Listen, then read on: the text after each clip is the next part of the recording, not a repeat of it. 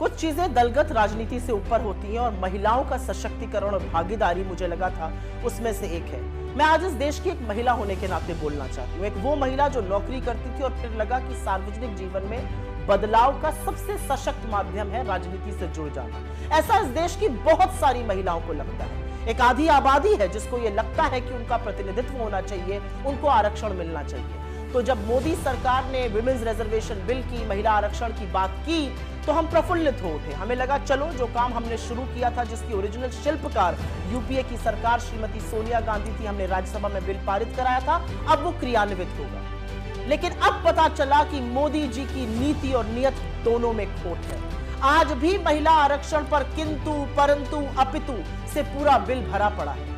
आज भी ये जुमला इसलिए दिया गया क्योंकि अपनी आगामी हार साफ दिख रही है और मोदी जी के स्कोर कार्ड पर नील बटा सन्नाटा है। तो महिलाओं को एक जुमला दे दिया गया महिला आरक्षण का, लेकिन असलियत इस बिल में साफ हो गई, क्योंकि यह बिल साफ तौर से कहता है कि महिला आरक्षण तभी होगा जब पहले जनगणना होगी, फिर डिलिमिटेशन होगा और उसके बाद महिला आरक्षण क्रियान्वित होगा। मतलब 2029 से पहले महिला आरक्षण संभव ही नहीं है। जिन लोगों को लग रहा था कि 2024 में 10 साल सत्ता चलाने के बाद मोदी जी एक काम तो अच्छा कर जाएंगे, उनको भी ठग लिया मोदी जी। आज इस देश की महिलाएं अपने आप को ठगा महसूस कर रही हैं, क्योंकि डिलिमिटेशन, जनगणना होते होते 2029 तक ही यह संभव हो पाएगा। यह जो बिल था, हमारा लाया हुआ बिल, राज्यसभा में 9 मार्च 2010 को पारित हुआ था। अगर आपकी नीति और नियत साफ होती तो आप उसी बिल को लोकसभा में लाते, बिना कंडीशन के उसको पास कराते और महिला आरक्षण एक रियलिटी बनता। लेकिन असलियत यह है कि आपने महिला आरक्षण के नाम पर भी देश की आधी आबादी को एक जुमला थमा दिया। बहुत कुछ कहने से ज्यादा एक ही चीज कहना चाहती हूं आज। अगर आपकी नीति साफ है तो आपको फिर से जाकर वही काम करना चाहिए जो हमने किया था।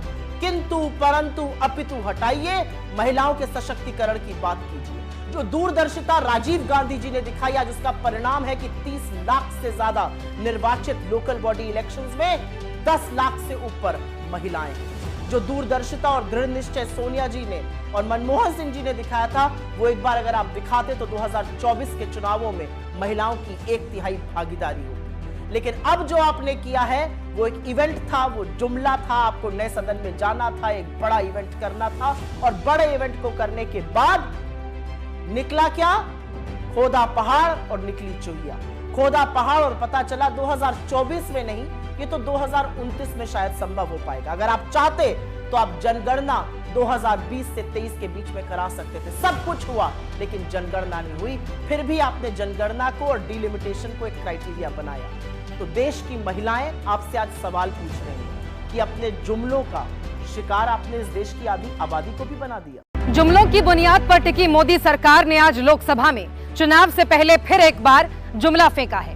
बुजुर्ग और युवाओं के साथ विश्वासघात करने वाले प्रधानमंत्री ने इस बार महिलाओं को जुमलेबाजी में फंसाने की पूरी कोशिश की है।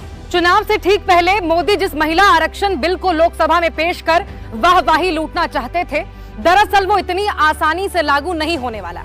उसके लिए एक लंबी प्रक्रिया है जो 2024 चुनाव से पहले किसी भी सूरत में मुमकिन नहीं है।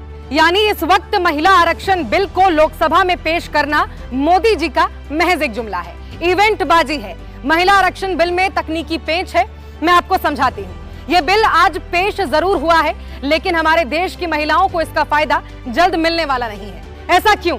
क्योंकि यह बिल जनगणना के बाद ही लागू हो सकेगा और जनगणना तो मोदी सरकार ने कराई नहीं है। आपको बता दें कि 2021 में ही जनगणना होनी थी, जो कि आज तक नहीं हो सकी।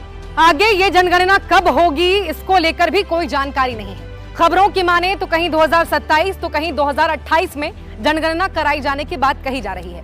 इस जनगणना के बाद ही परिसीमन या निर्वाचन क्षेत्रों का पुनर्निर्धारण होगा, तब जाकर आरक्षण बिल लागू हो सकेगा। मतलब पीएम मोदी ने चुनाव से पहले एक और जुमला फेंका है और यह जुमला अब तक का सबसे बड़ा जुमला है।